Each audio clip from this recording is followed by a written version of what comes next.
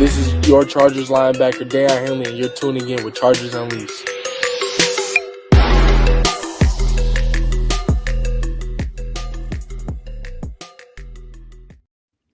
Welcome to another edition of Chargers Unleashed. Jake Hefner and Dan Wolkenstein here with you from the LA Football Network. If this is your first time tuning in to the show, make sure to hit that like and subscribe button on YouTube. You can also follow us on Facebook, Twitter, Instagram, Spotify, and Apple Podcasts. Dan Wolkenstein.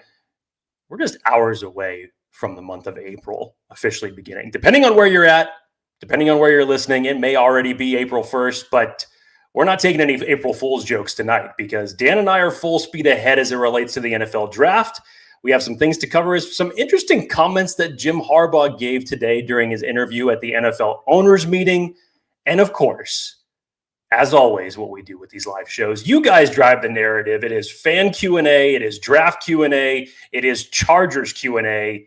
Fire all your questions into the chat by all means. Let's have some fun this Monday evening.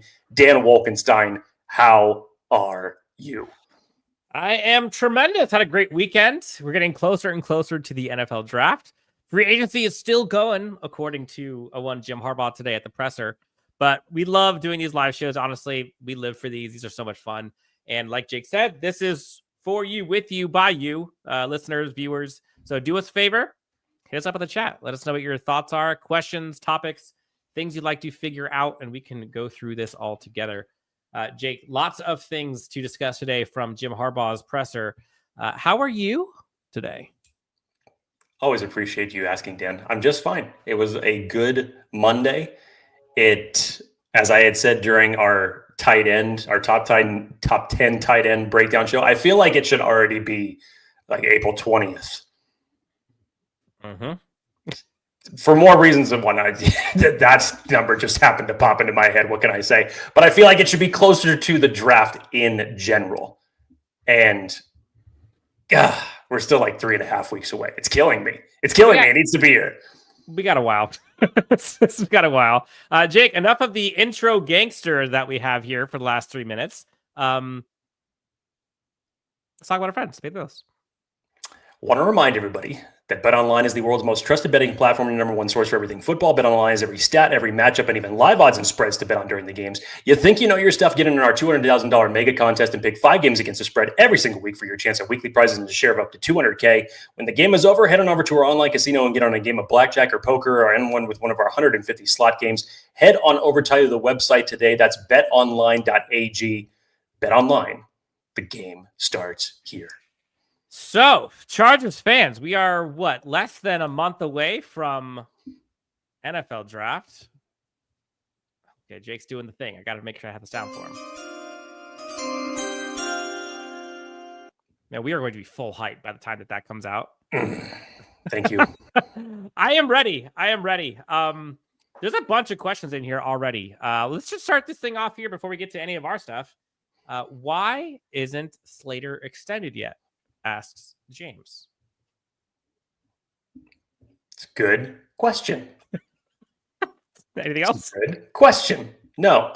I don't think that there's any doubt that people believe that this is going to get done. It's simply that you want to get done earlier rather than later, given what the market dictates. And you just hope from the standpoint, I personally think it's going to get done between now and the beginning of training camp. So I wouldn't worry too much. This is gonna get done. Slater obviously deserves whatever bag that's being thrown at him, and the market has dictated as such. And the Chargers should definitely be paying it. And that might be one of the other reasons that you've seen them spend their money in free agency the way that they have so far. So just keep that in mind. And the way that Joe Hortiz is definitely roster building. Remember, it's not just 2025 he's looking at. It's 2026 and beyond. And there are more free agents that are coming up for extensions other than just Rashawn Slater in the future. Yeah. Harbaugh talked a lot about that today in terms of, always building. They asked how free agency was doing, and Jim Harbaugh was like, well, it's not done. Still going. And you're not just, you want to build a sustainable team. And this thing ain't even close to being over with. Jake, there's a Athier is here, by the way. Hey, Athier, welcome. Gary says, looks to me like Zion reps at center and making protection calls can only help his play at left guard in the long run. What do you think? Well, this is might as well just dive into some of the comments that Jim Harbaugh said in that regard. He had talked about when Zion's going to get reps at center. And again, not fully giving him the center position or setting any types of expectations, but not only did he talk about what Zion Johnson was going to be doing possibly at the center position and competing for it, but then he rattled off Trey Pipkins, Andre James, Bradley Bozeman, Jamari Sawyer to be in contention for the left guard position if Zion ends up winning it out. Interesting. Now, mind you, the first comments that we heard about Zion Johnson possibly getting reps at center was from Joe Hortiz during Combine Week. Since then, a few things have changed. Andre James has come in during free agency. And personally, that's my pick as far as who is going to be the starting center for this team, unless the Chargers do something different come April 24th, which I think that they will. But one way or another, I think it's going to be reinforced. And one way or another, I think this is the team trying to give Zion Johnson versatility in this offensive line. Give him more opportunity for playing reps. And whether that is at center or whether that is going to be at left guard, which I think highly is going to be the case once again for him. I think this is a team that has confidence in him, but also I think this is them trying to get the best out of Zion Johnson no matter which position this is. And also a little bit of me thinks, let's see what you got, because there's a contract time coming up for Zion Johnson too that the Chargers may be thinking 2 steps ahead in terms of what does the future look like. I mean, if we're being real here, I think if we were going through those contract signing negotiations right now for Zion, I think he walks. This is kind of a last-ditch effort for him, last-ditch season for him as well. He's got to prove his value and upside, versatility, you named it. But it was interesting hearing when he talked about the possible options at left guard, and he said Trey Pipkins is probably at the top of that list. And it kind of got me wondering, right now, who would you put in there between, take the field, but more specifically, Zion or Pipkins? Because think about that for a second, real quick. Like, imagine having Joe Alt, 6'7", whatever he is. Mekhi Becton, same thing. Then you've got presumably Andre James or Bradley Bozeman. Then you've got Trey Pipkins, again, like 6'5", 6'6", and then Rashawn Slater on the other side. Like, that is what's a wall. Which would you rather have? It's interesting. It got me thinking. I don't know if either is great. Yeah, if you set the bar the way it is now, it's like, okay, pick what's a worse flavor.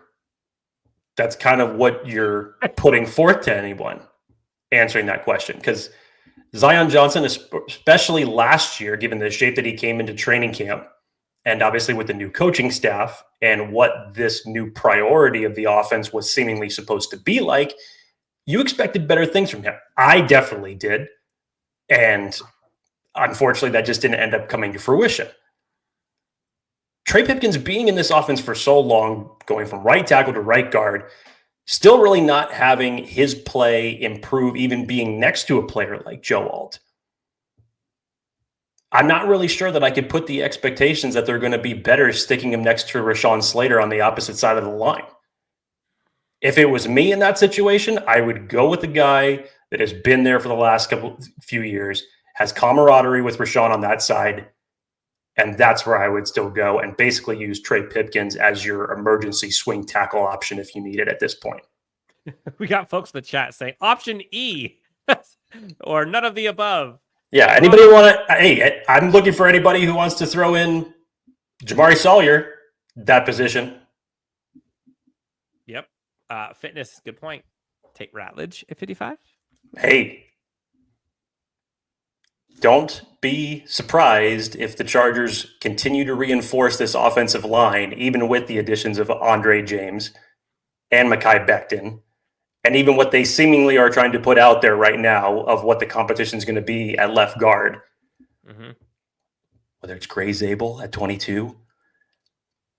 I would love to say right now that Tate Ratledge would be a phenomenal pick for the Chargers at 55. I don't think he drops that far, unfortunately. I don't. I would love to see that as a second option for the Chargers. That would be a beefcake of a line that you have built up in a single off season. Wow. We're 11 minutes in and talking beefcakes. We're off to a good start. Okay, so let's get through some of these highlights that were from the presser. Jim Harbaugh talked about Mekhi Becton signing and the excitement he had. And the interesting part was he gave him kind of an elite grade for pass protection and says that's probably his best suit. Also, clearly very good at run game, but he praised his pass protection, which I think kind of points to some of the weaknesses they had this past year, some of the holes that they had. But obviously, excitement about Mekhi Becton for good reason. You know, he's on a Super Bowl winning team. The guy's a mountain. But then I think the part that got fun for me, I'm kind of flipping through slides here, but let me go back to this one. Okay.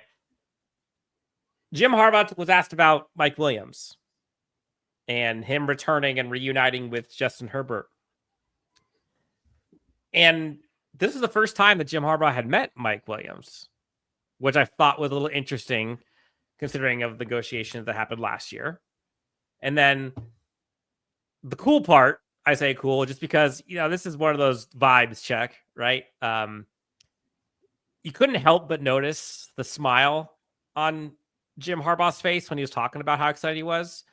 And I think more importantly, the smile on his face talking about how excited Justin Herbert was and how excited Mike Williams was to be back with Justin. And I think the camaraderie, if you will, you know, the rhythm that those two have, I don't think can go unnoticed. And him mentioning Justin Herbert going, heck yeah, you know, perfect Justin Herbert mode.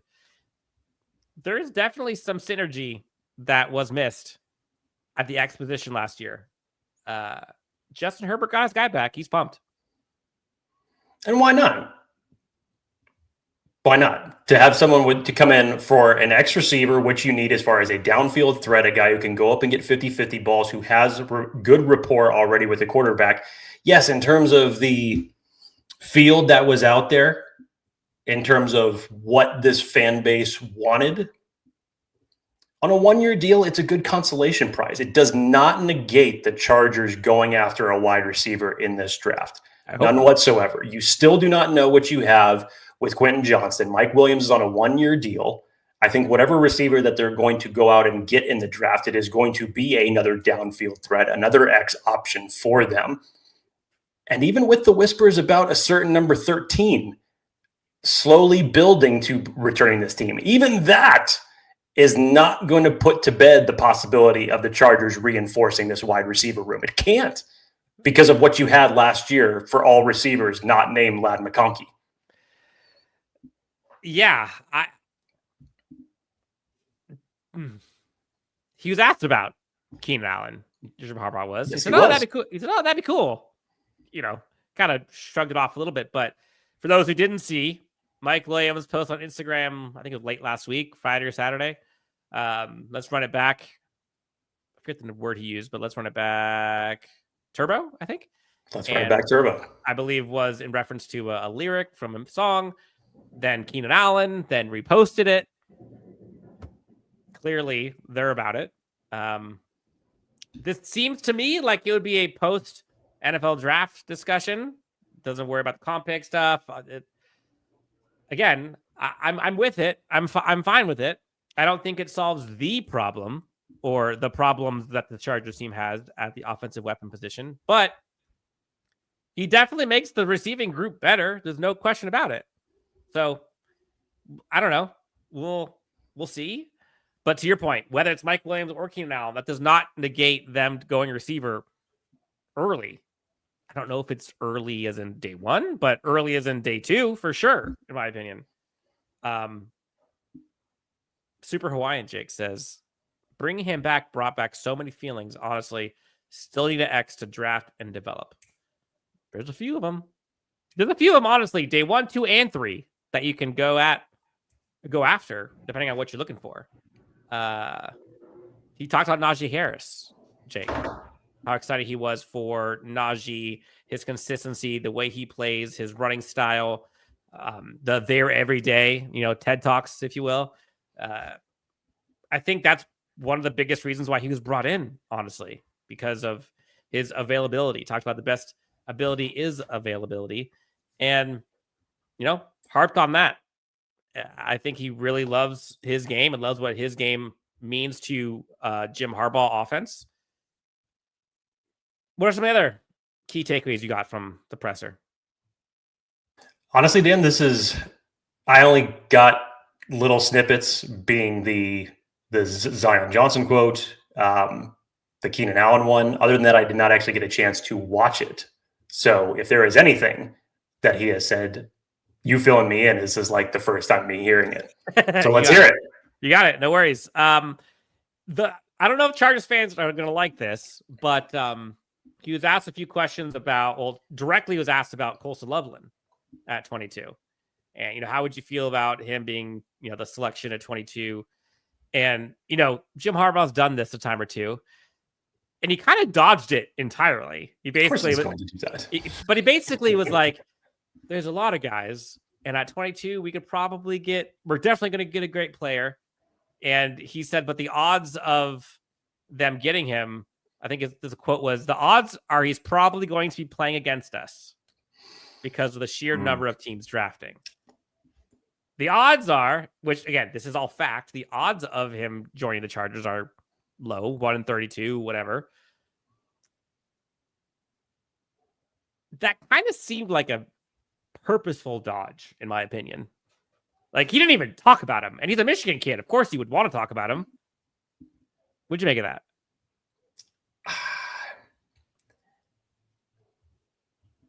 You always see this in like box drafts, especially as you get closer to the draft. Things like dramatically shift for certain teams and who they're picking, because the closer you get, the more and more you're hearing as far as who teams are interested in, who they're focused in, better chances that they've narrowed their big board to 1 or 2 players by the time that they get on the clock. This is Jim Harbaugh saying it, though, which I think half of it's true and half of it is posturing and maybe even not wanting to give his cards to anybody. So I think it's draft strategy, Dan. Remember, we're in the thick of lying season right now. Do not forget that. Fitness just says scoffing could indicate lying. He stops when he does that. I know it's April Fool's tomorrow, but hey, this may have been an early April Fool's pun from Jim Harbaugh. Tay Jackson out of left field. Does Derwin James retire a Charger without winning a Super Bowl, or will he want to chase rings? So it sounds like he's saying the Chargers aren't winning a Super Bowl. Like, I catch what you're doing, Tay. I think this coaching staff should be with the bulk of this coaching staff should be with Derwin James toward the twilight of his career. They know the type of player that he is. I think whenever it comes to his next contract that he's going to get, they're going to do absolutely everything that they can to keep him. And honestly, I hope they do. I mean, I really think that they will. And truly, I think that he's going to end up staying with the team. I think he's just one of those type of players that is going to be loyal. But at the same time, the team needs to be moving in the right direction. And with Jim Harbaugh at the helm for the next 4 years, I would believe that they would be heading that direction. Yeah. Again, nothing will surprise me once I saw LT in a Jets uniform, right? Like, there's just some things that you just can't predict, or when Keenan Allen gets traded to the Bears. But the only other one I can think of is LT. Maybe Phillip Rivers. That was a bigger heartbeat leader of this Chargers team. Remember all the elements that really upset LT though. No, I know. No, but like there's a lot back there. But like I'm just saying, in terms of the leadership, like the guy who was the cornerstone of the franchise, like it was LT, it was Gates, and it was more LT and Rivers. And now I think by far it's Derwin. So would it surprise me if he left? I shouldn't be. Or if he gets traded, who knows? But I mean, he's put it all out there for this Charge team. And every coaching staff, every front office person raves about him for good reason, both here and opposing teams. Daniel Gomez, it's my nephew's birthday. He's a big fan. Can you all say happy birthday, Dixon Maez? Happy birthday, Dixon. Happy birthday. Happy birthday. Let's see. What else we got here? Tyler Conklin, excitement in the chat. He also talked about Tyler Conklin, Jake. Jim Harbaugh did. Talked about how excited he was, talked about his kind of underdog story. I didn't realize this, but he was going through how Tyler Conklin used to be wide receiver. Then he was moved to outside linebacker and then was moved to tight end and kind of has always been dismissed. But likes his talent, likes his productivity, likes his enthusiasm, and likes the mentality that he brings to the tight end position. Also talked about his excitement and his admiration of Will Dissly. And I think when I go through draft thoughts, I keep going back to like proven production and how important that is to him. I mean, he's talked about it multiple times, and his staff has not lied about who they are. And so, like, when you're going through your big boards, going through who you think are best fits for the Chargers team, like, I would put stock in proven production. So does that change where you had our tight ends ranked for your particular board? No, because I had that in. I thought about that when I did the tight ends. Just making sure. James asked, is there a thought on whether Brandon Rice will be elevated? Or did he show enough to be given the consideration? Genuinely, I don't know. I don't think he's shown enough. I mean, if we're being honest. So I think we need to see a lot more from him. There's still a lot to earn for Brandon Rice in this receiving room and going into training camp, for sure. It is a different wide receiver group than it was last year. Whether you say addition by subtraction, now we especially know who Ladd McConkey is. You bring back Mike Williams. I expect the Chargers to draft another wide receiver during the draft. There's a lot of elements that Brandon Rice is going to have to overcome in order to really elevate himself on that wide receiver room. All right, Jake, I got played. You got played. Yeah. Did you see that? Was that just me? I'm seeing it now. Happy birthday, Dixon. Happy birthday. Thank you so much for that. See, I got to be careful when I'm reading these comments. A Theater Jake comes in with a $5 donation. I'm telling this, Jake and Dan, Chargers will take a guard in round 2 or 3. My coach does not trust anyone on the left side. I'm not buying what he said. I mean, I wouldn't be shocked at all. Would you be shocked? I don't know anybody that be shocked going guard in the first 3 rounds. No, I don't think that's a shock at all. No. Do you think Harbaugh goes for 2 or sends it into overtime? In general? Overtime. Yeah, he'd probably go overtime. He even said today during the owners' meetings that he loves sudden death. But that's also, if you want to think about it, sudden death could be that 2-point conversion. It could be. I still think he goes into overtime.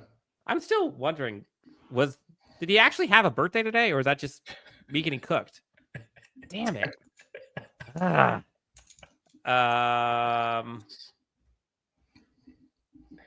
I wasn't the first one to say it. Yeah, you're welcome.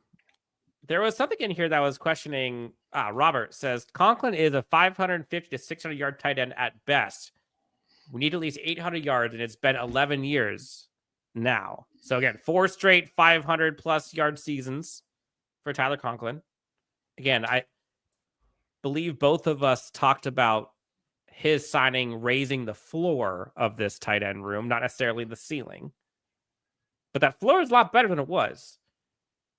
Do you think they need 800 plus bona fide superstar tight end? Look, if you're looking for a tight end that's going to get you production and one that's going to be a true move tight end, there's so many options in this draft, honestly. It comes down to a couple things, the tight end itself, but more importantly, how the offense is going to utilize said tight end. I think that Tyler Conklin is a perfect complement to come in and be one of the move tight end options for this team. You already have Will Dissly and Tucker Fisk as your blocking options. You're not going to put Will Dissly in this offense going into this season into the type of role that he was forced to be elevated in last season due to the injuries of Hayden Hurst early in the year. You're not going to do that for Will Dissly. You're going to bring him back to what he's good at, blocking his ass off. Tyler Conklin's going to assume kind of the half of the move tight end role. And you're going to go out and you're going to draft another one in this upcoming draft. And I think you're going to get a good one because there's plenty to choose from. Yeah. James Wagner, Hortiz Harbaugh will definitely keep interests close to the vest. 100%. You mentioned it. It's Lion season. Like anything draft related, you can't really take anything away from what they say because honestly, 2 cents. Alan, Jake, this is a question for you because I think you've gotten pretty deep with the defensive tackles, which, by the way, preview coming soon. How y'all feel about defensive tackle Des Watson as like a 7th round or UDFA if available? I'll be perfectly honest with you. I have not gotten a chance to watch tape on Des Watson yet, and more specifically for the reasons that Dan was just talking about, because we're building out our top 10, and we have a few honorable mentions, but there is no joke of, and I've said it multiple times, this interior defensive line class is Ed Harris in the abyss deep. It is so ridiculously deep with the amount of players that you can find on day 1, day 2, day 3. Now for Des Watson, I mean, measurable wise, if that ends up being the next Jamal Williams, then that's great. Hey, that's great for a guy that comes in at his size. I'll eventually get around to watching his tape. And from what I heard for his pro day, it was pretty impressive for what he was able to put up. But hell, you get someone that size who can move, it's rare for some of that size, speed, and surprising athleticism that these guys have that are over 300 plus pounds. So if you feel that he could be a needle mover for you in the 7th round, given the fact that the Chargers have 4 6s, if he ends up falling to the UDFA pool, why the hell not? Sure. There's a couple of names. I'm kind of going deep cuts here, but CJ West, I like. DJ Pease. That's neither one of those are deep cuts. I mean, we're talking like day 2, day 3. I know a lot of people talk about nice peoples, by the way. You better watch your mouth. Oh, okay. I'll keep it. I'll leave it. You better watch your mouth. I will leave it. Okay. Let's save the pod for the pod. Robert D says Mason Taylor at tight end would be my pick. Yes. I know that we would all love to see Colson Loveland on this team be the pick at 22. Sure. But if you guys haven't gotten around to watching Mason Taylor yet, I think that he is a great consolation prize if the Chargers miss out on Colson Loveland. Some of the best hands of the entire tight end group, reliable, durable. He could be exactly what Justin Herbert needs as far as a new safety blanket, but also just a great weapon when it comes to a move tight end. I love what I've seen from Mason Taylor. The more and more I've watched him, the more and more I like his game. Yep. Ferguson or Helm later. Yeah. I'm a little lower on Helm than others, but Ferguson, totally. Yes, please. Waylon still wants Will Johnson. Sees him as a possible trade-up scenario if he falls lower than 15. I wouldn't say that I know that we have briefly talked about the options of the Chargers trading up, and I wouldn't put it out of the realm of possibility. Not for corner, though. I would not think that that's the case. The random guy says Mason Taylor looks like he can block just as well as I can out there. okay, I said this on the show when we talked about tight ends. I think he's kind of gotten a bad rap for blocking. Like, can he be better? Clearly. But people are making it out like the guy's 210 and doing nothing. Like, and again, do I think he's terrible? No. Do they need him to be great either? Also, no. Like, they've got a pretty darn good blocking crew already for a tight end. Jake, there's a lot of people talking questions about the draft and such. We didn't even talk about this before, but would you want to do a mock draft? Like a quick, 3-4 rounds? Let's actually have a show, because I would love to do like a full 7-round mock draft. Yes. Well, that's my point. Okay, so no. So we'll tailor a show directly around it. And I did promise this a few weeks ago. We'll do at least 2 mock drafts between now and April 24th. Dan and I always will do it. 1 mock draft literally the night before, but we will make sure that we do the 1.0 version before that. Super Hawaiian 44. Jake, this is right up your alley. Thoughts on trading back in the first for more draft capital? How many ways do you want me to say yes?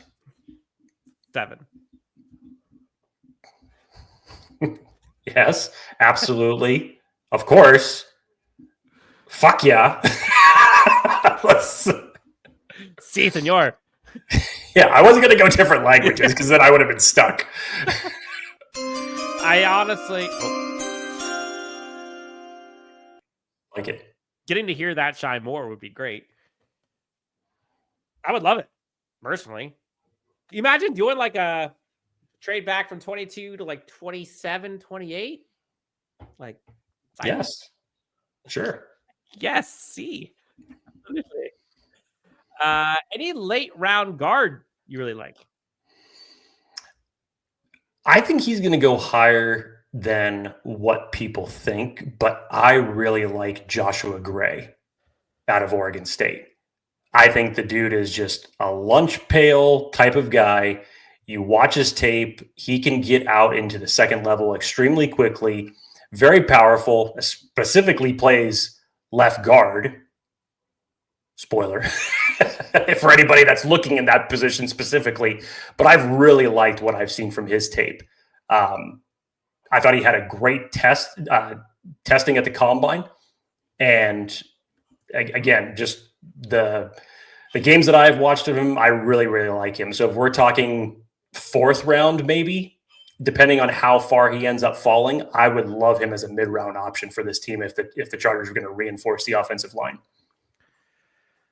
Yeah, I would too. Man, people are traumatized by Mason Taylor, apparently. Hello? A couple days ago, I had a nightmare that he traded up to 5th overall for a 3rd, 4th, and 2 6th just to draft Mason Taylor. I'm traumatized. I don't know what Mason Taylor did to him. That is the most bizarre dream I could imagine. Damn. I mean, either you really don't like Mason Taylor, or you really don't like the possibility of the Chargers trading up. That's a weird combination to put together. I would have thought for sure the end of that sentence was going to say Ashton Genty or something. Mm-hmm. Speaking of which, Barry Sinclair, if Genty gets passed on by the Raiders or Cowboys, I'll be completely shocked. There's no way in hell he gets past the Cowboys or that number of selection. Throw in the Bears right in between that at number 10. Throw in the Broncos at 20 to get to the Chargers. Honestly, if he got to the Broncos, that would have gotten me shocked. Crazy. I personally think that Pete Carroll's going to go for his beast mode option, and he's going to select Genty at 6. If somehow magically he falls to Dallas, I have this long-running theory, and especially after all the shit that Jerry Jones had to answer for last year and not selecting Derrick Henry in free agency and going after him and all the answers that he had to give to the media and just everything that he had to try to spin it to make himself look better in that case. I'm thinking that there is no way in hell that if Ashton Genty was on the board for them, that he wouldn't just say, great, there's your running back, shut the hell up and let me go back to running my team. I can't see that as a possibility for them. I can't either. That they would pass that up. No. Even just so that way Pete Carroll can like rectify the Super Bowl fiasco of that last play. Like, I'm sorry I didn't run it. I'm going to take the running back. I mean, that's a long, I'm going to learn my lesson. Yeah, a long apology. Way overdue. I think Marshawn Lynch should be happy about it. At least you take it. What do you make of the interior defensive line room currently as it stands for the Chargers, though? I mean, we were talking about Genty, and then we were talking about how deep this class is. We'll talk about more of this when we get to the show on the interior defensive line rankings, but where is the need at interior defensive line? Like, what kind? Like, what are they looking for? Well, as we've said, the Chargers have set this roster up so nicely that they can literally go BPA in every single round. It's not necessarily as much of a need, especially in a draft class that's this deep, where you say, I have to get an interior defensive line by this round or it's considered a failure. I think the interesting thing about this draft, the way that it's been set up with Chargers bringing back Tyler Tart, and you bring in Deshaun Hand, and Dan, remind me of the third. Thank you. Jones and Hand were brought in basically as two guys to replace Poona Ford. Jim Harbaugh even said today that was losing Poona Ford was bruising to them. They really wanted to keep him. And so you have Tyler Tart, you have Hand, you have Jones, three guys who can defend well against the run. That's been their reputation so far in the NFL. But where are you going to get that pass rush juice from? That is the intangible, I think, that is missing from the interior of the defensive line as it stands right now. And specifically that, I think that's where the Chargers are going to tailor more of their search when they're evaluating how their big board's laid out. And when it comes to them drafting, they're going to look for that. If we're just talking overall interior defensive line, our big board would probably look the same as everybody else's. But I think that the Chargers' big board for interior defensive line, they're going to have guys who can get after the quarterback, I think, stack ranked a little bit higher now. Yeah. Hello, Omar Norman Lott. Come on down. If you're going day 2, day 3. Vernon Broughton from Texas, by the way. 13% pass western rate. I'll take that every day of the week for interior defensive lineman. Let's see. I'd like to sign Calais Campbell, says Alan. The ageless wonder, Calais Campbell. Maybe that is a signing that possibly comes after the draft. But you drafted a Boy B last year. You still have Tito on this roster. The three names that we mentioned, Tart, Hand, and Jones. At some point, that room is going to get pretty damn full. If it were me, I'll invest in the long-term future, because all three of those guys that you just named, as well as Tito's contract coming up, you're only looking at a year, really, as it stands right now. No guarantees for 2026 for any of those guys. So you have to start building that interior of the defensive line for the future. So if it's me in this interior defensive line class, as deep as it is, that'd still be my ideal choice. Jim Harbaugh talked about those two, Naquan Jones, Deshaun Hand, at the presser today. Talked about like the tape that they really liked about them, talked about their talent, and love their enthusiasm and love for the game. Go back to the enthusiasm unknown to mankind, the presence. They really lit up the room. And so, yeah, I think he's pretty bullish on those two. But to your point, Jake, I think they do need someone with a more pass rushing prowess. And also, even if not, doesn't matter, long term, they need someone for the long term at that position. Athir, $10 donation. Athir, thank you. We appreciate you, buddy. I have this to say. Herbie gets a lot of crap from everyone. Allen and Lamar had stacked rosters and a great GM. Neither of them have been in Super Bowl. Excuses. Mahomes is in the way. Burrow beat him. Get the ring before them. Yes. I'm lost. I think he's saying he just really wants Herbert to get a ring before Lamar Jackson and Josh Allen. Okay. That's what I get out of it. Thank you. I needed that. Me too. Derek Harmon Question mark? You're three that are yes. Yeah. Oh, yeah. William says, mock draft, hurry up. We'll get there. Okay. Promise we'll get there. The same on the interior defensive line can be cut because it will only cost Hortiz $1.5 million to do so. Some of the interior defensive line can be cut. Oh, you're referencing the depth of the room. Yeah. Yes. Again, and Jake, you and I had talked about this offline a couple days ago about like, well, the room is pretty full. I think we were talking about like the receiver room, I think. Or maybe the safety group. That's what it was. And this Chargers team has always been, that's not true. Scratch that. Joe Hortiz has always been a proponent of like building the underbelly, right? Like competitors welcome and competing for that depth chart regardless. And there really are no locks, so to speak.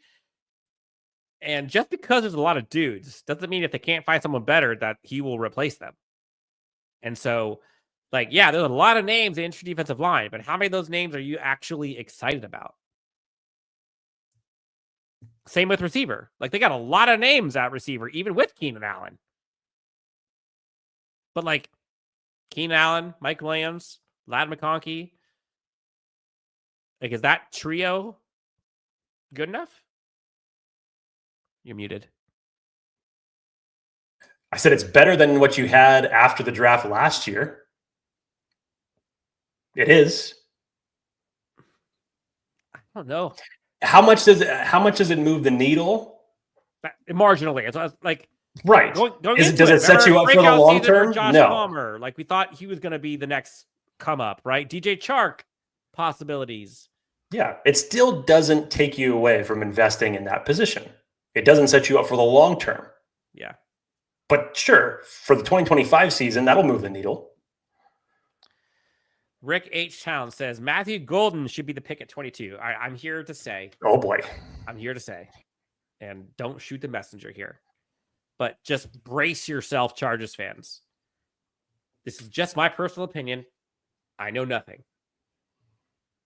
Even if Golden was available, I don't think they take him at 22. Like, I would love it. But damn it, I've learned my lessons. I got my battle scars to prove it. Of what I would do versus what Jim Harbaugh and company would do. He would be great in a lot of offenses. I just don't think that's the archetype that they want to go for. Do you?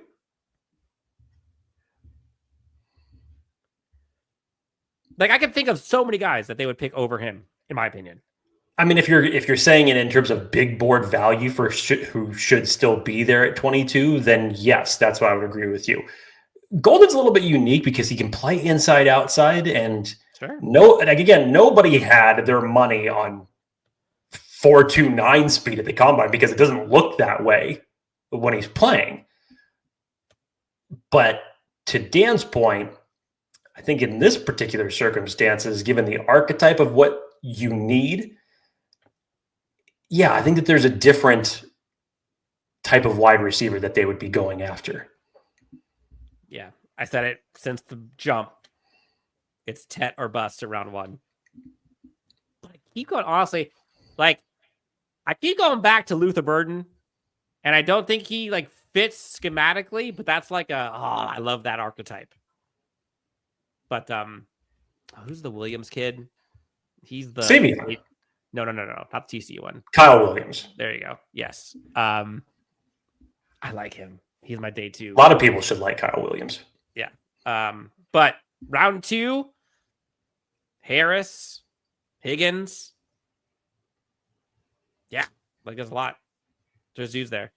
Matthew Dahl asks, what's the running back you guys don't want them to draft? That I don't want them to draft?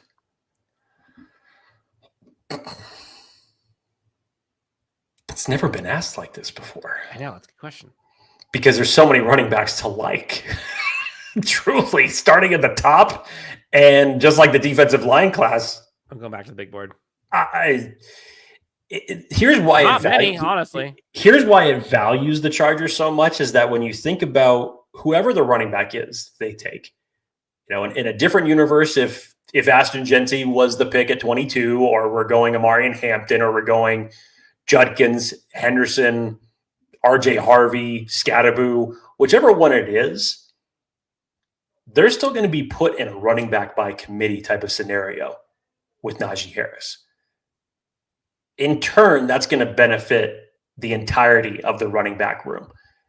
And also for whichever running back comes in and joins the stable, that's really going to, I think, be a buffer for them going forward in their career. Because yes, remember, Najee Harris is only on a 1-year deal.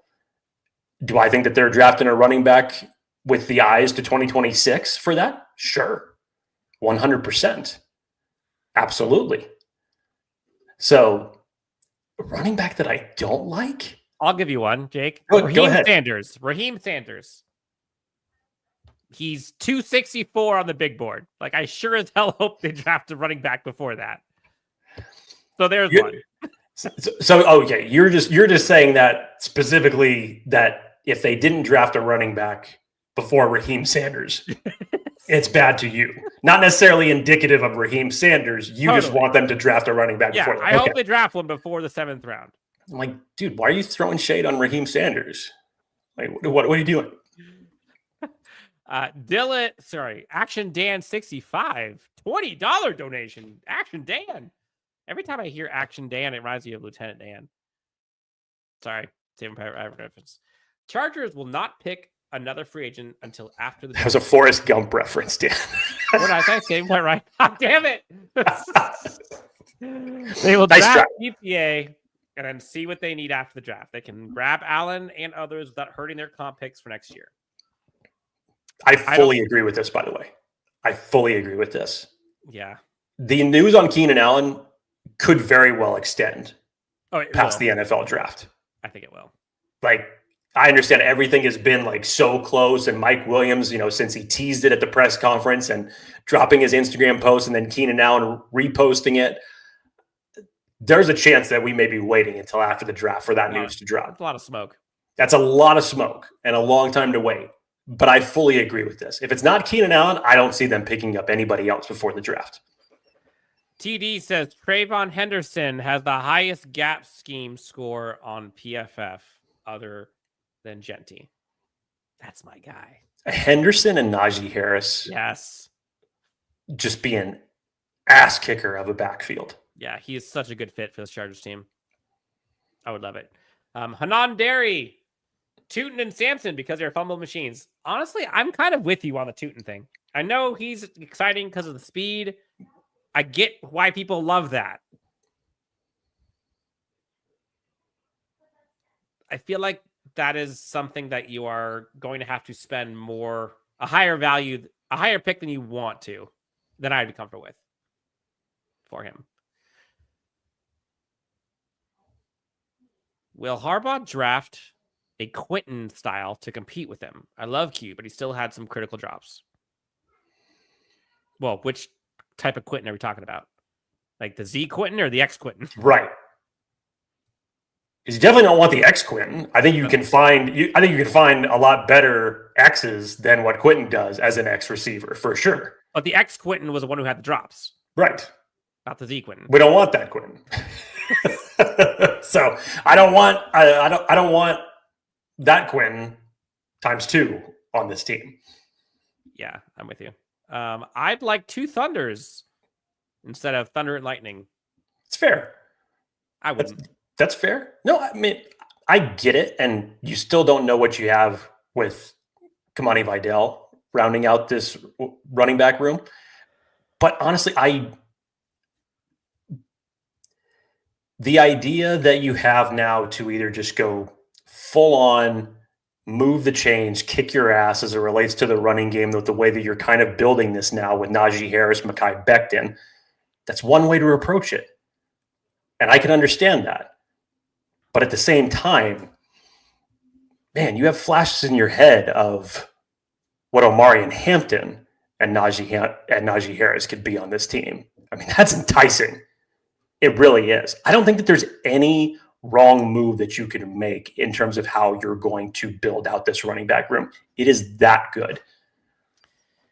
Robert says, lifelong Chargers fan, I want some weapons for a 6-year quarterback. 48 years I've watched this movie.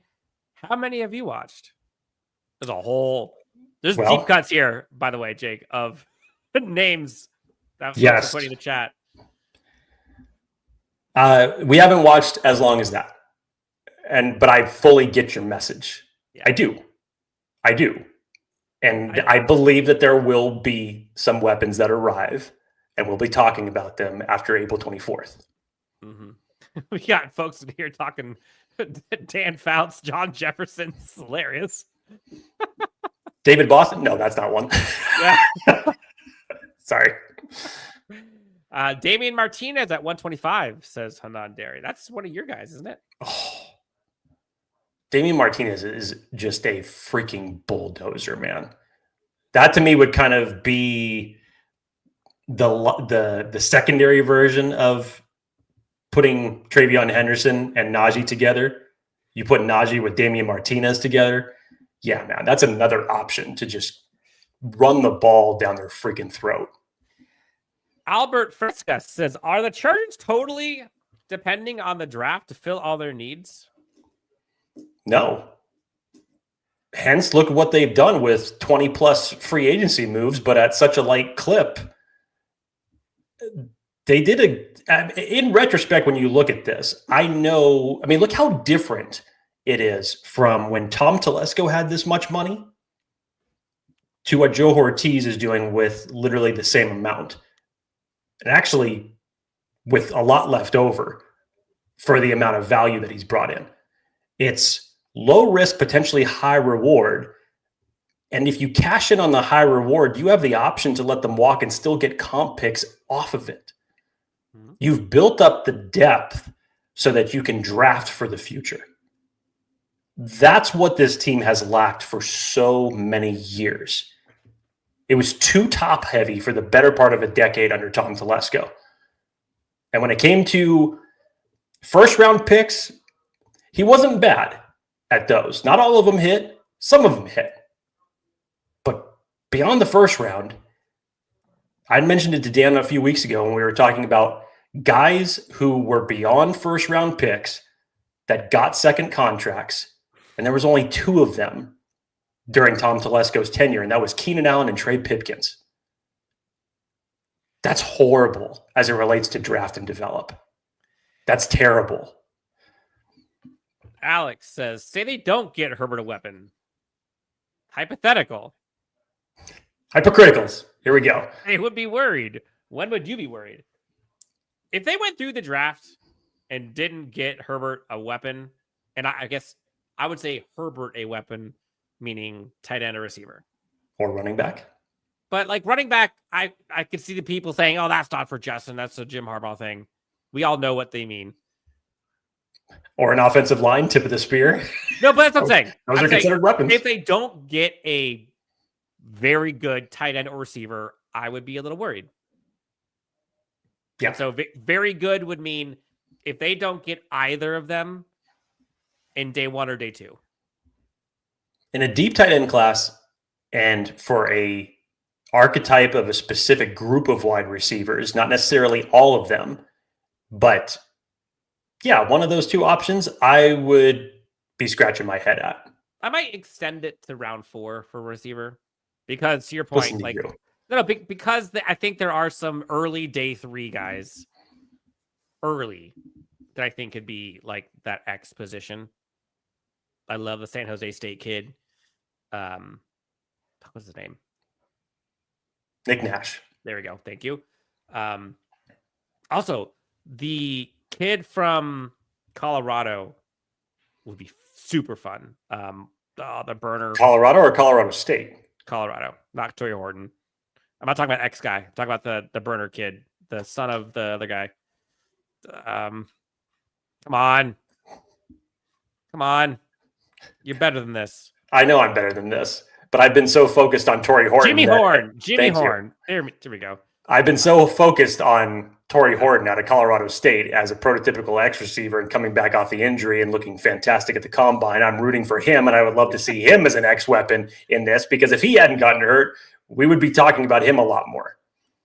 Isaiah Bond would be fun too. I know he's not like the typical X, but like just giving the guy freaking speed for days, that'd be sweet. Man, I like Jaden Higgins a lot. Trey Harris, I think, might be my round 3 guy if he even gets to that. I don't even think he gets there. You don't think so? No, I don't think he gets there. I think a lot of people are waking up on Trey Harris, and I don't think he makes it to round 3, honestly. Anthony Whalen, you think Chargers players watch these podcasts sometimes live?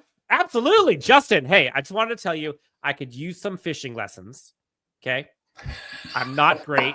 I would be down to do some brisket with you. I was like, who the hell are you talking to? Then it finally clicked. Me and Justin are boys. Uh-huh. Yeah. Probably not. They probably don't. I don't know. Steve Smith loves Royals. Yes, he does. Do you love Royals? As far as a X option, sure. Yeah. Pat Bryant. Yes. Ooh, it would be spicy if the Chargers go another TCU receiver, though. Do you think Jack Besh? Yeah. Again, it fits the. I get it. It fits that archetype of what they should be looking for to round out the wide receiver group. Mm-hmm. Fitness says Herbert is playing with Harbaugh's chickens. Graphic. That's true. a mental picture. I don't even know what that means. What do you think of Alec? I'm going to butcher this last name. I can never say it right. You can do it. Yomanor. Io Manor. I really like him, Dan. I didn't. I'm sorry. I don't get it, but if you're looking for somebody who's going to be like that type of a Harbaugh type of wide receiver, I think that's it. That's Alec for sure. Oh, man. Savion Williams is QJ clone. I disagree. They are different players. I see why people say it, but they're different players. Albert says, I'm sorry. What was the use of having a huge cap and we go shopping at the Dollar General for bargains? Come on. Again, they signed 20-something players.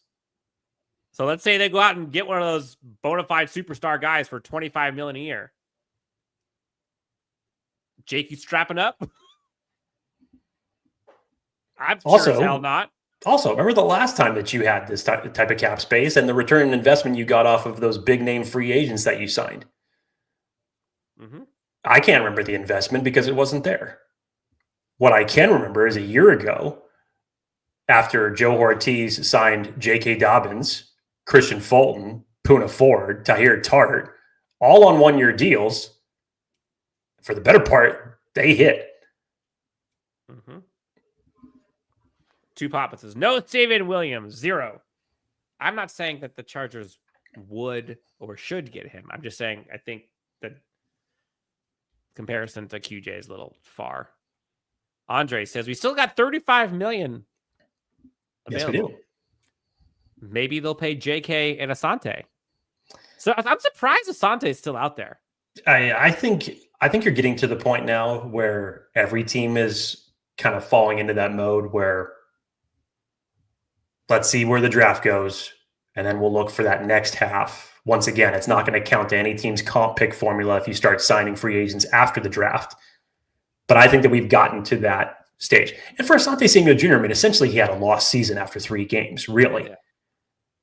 He already had some issues with his tackling prior to that. And you've got a pretty good corner group in this upcoming draft as well to evaluate. Speaking of corners, Jim Harbaugh also was high on Dante Jackson, the cornerback from Pittsburgh. Mentioned free agent from Pittsburgh, that they just signed. Kind of mentioned him as kind of a ball hawk and what that does to opposing quarterbacks when they have to kind of question if they should throw it that way. I kind of like him too. Barry Sinclair, 98% chance they bring in Herbert's brother as UDFA.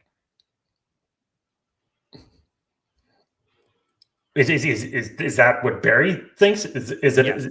he's that high on it? Wow. I'm taking the under. Yeah. I don't know. I don't know. I actually have not put any hypotheticals into any form of the hypotheticals of Herbert's brother coming to the Chargers. Not to say that it's not possible or that it wouldn't happen. I just haven't mentally done that yet. I haven't either, honestly. James Wagner with some kind words. Several of these podcasts have helped sustain the fan base. And last year, you guys were given the recognition for that. So I, as somebody who has been paying attention to the great work you guys have given, appreciate that, James. That was very nice. Thank you. Dorian Porter, says TD. Darian Porter, excuse me. I mean, Iowa State just had a great combine collectively for seemingly everybody that participated in. There's aspects of Porter's game that still need to be cleaned up, but when you watch him, he's a valuable piece for any team. I'm interested to see where he's going to go because, the best thing about the combine is that when you have either great tape and guys live up to that and they perform or even exceed what you think that they're going to do, that forces guys to raise their draft stock. On the other hand, when you have guys that talent scouts haven't watched that much and then you see them test the way they do, it forces you to go back and watch them. And even so, elevate their draft stock. So I'm very interested to see where he's going to go. But in the big picture of things, I think Porter helped his draft stock out immensely. I don't see him getting out of round 2.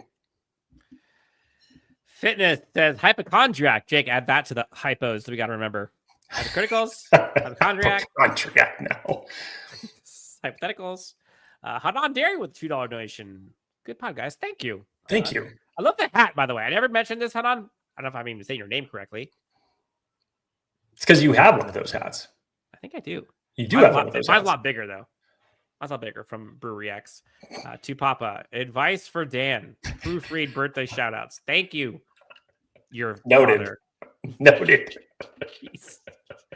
That was literally the first time that's happened on the show where we gotten played like that. Where I've gotten played like that. That's all right, dude. You had your Ron Burgundy moment. I did. We'll just now brown cow. We'll screen the comments closely longer than 3 seconds. Now it's definitely going to happen again. It's going to happen again. It's going to come after us now. All right, maybe like 5-10 more minutes until we get out of here. But a couple questions for you and for folks in the chat. I wonder what your thoughts are, Jake. But Give me. What is the biggest roster hole right now, in your opinion, in terms of impacting winning games? Say that again. What is the biggest hole that needs to get filled in terms of like what impacts actually winning games? Probably your offensive line still. Secondary to that, I would probably say you need to round out your running game. Third to that, I would probably say you need to get some long-term stability on the interior defensive line. And then your skill positions, you need to round that out. This is a lot of positions. Yeah. I'm asking which one. Because, I mean, you started with one question, then you turned it into 2 when I was trying to figure out. You said as it relates to, then you followed it up with saying as it relates to winning football games. Okay, as it relates to bingo cards, what else are you doing?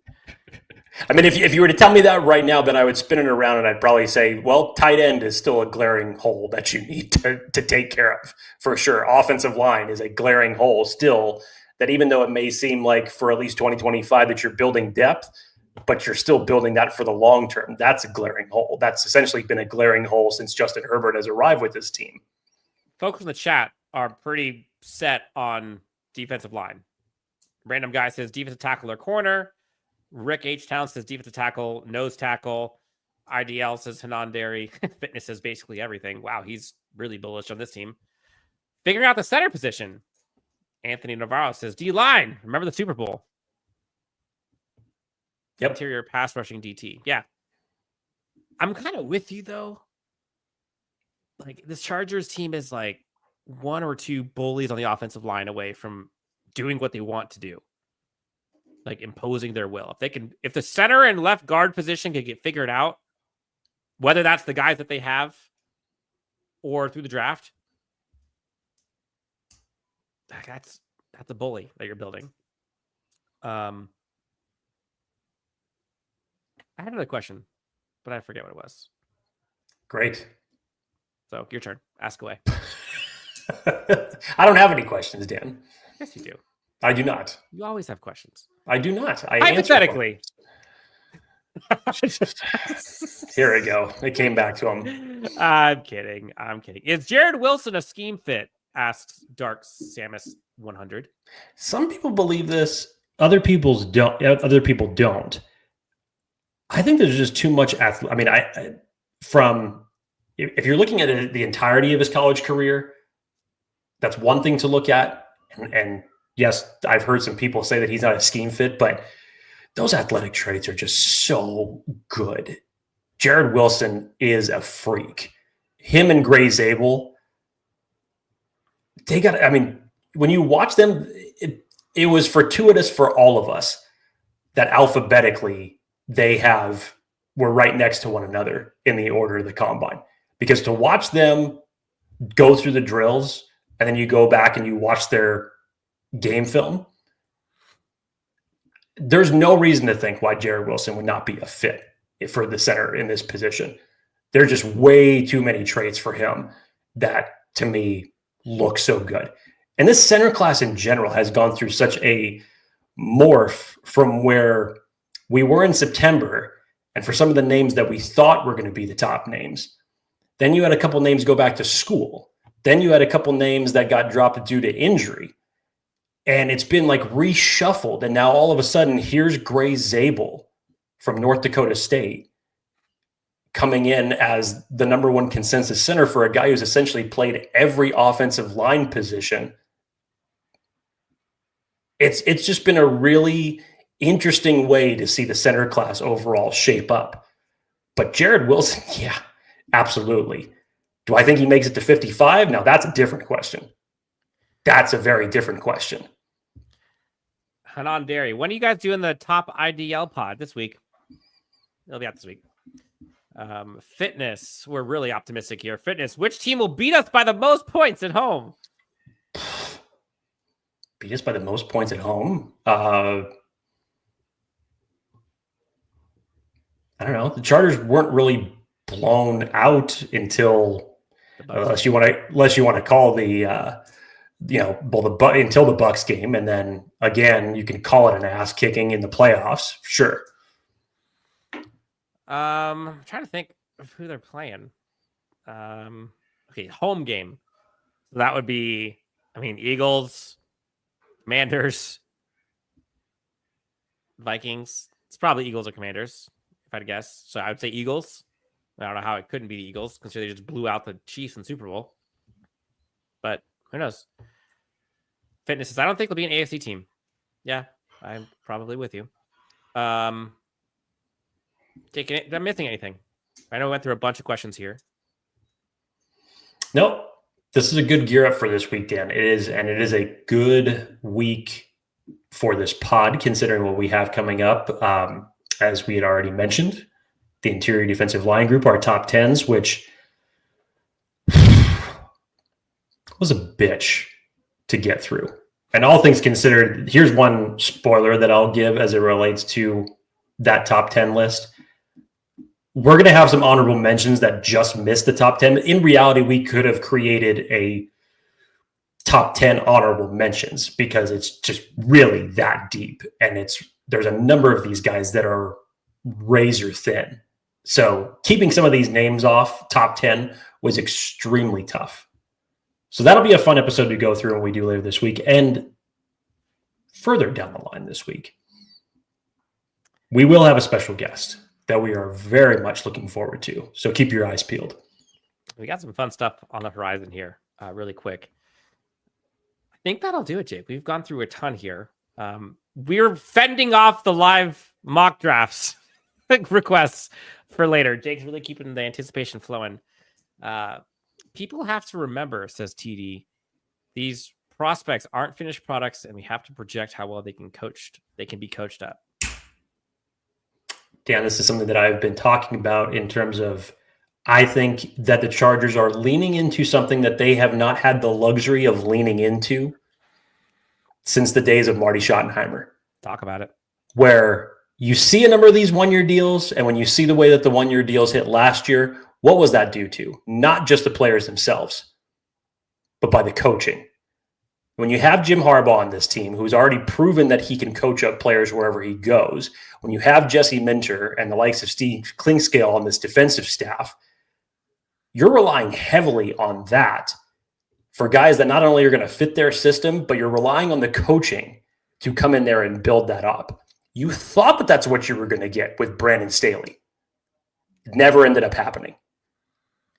And most of the rosters that have been built before that, through the Anthony Lynn era, through the Mike McCoy era, through the Norv Turner era, have been more top-heavy and more reliant on talent than it is to overall upside and developmental traits.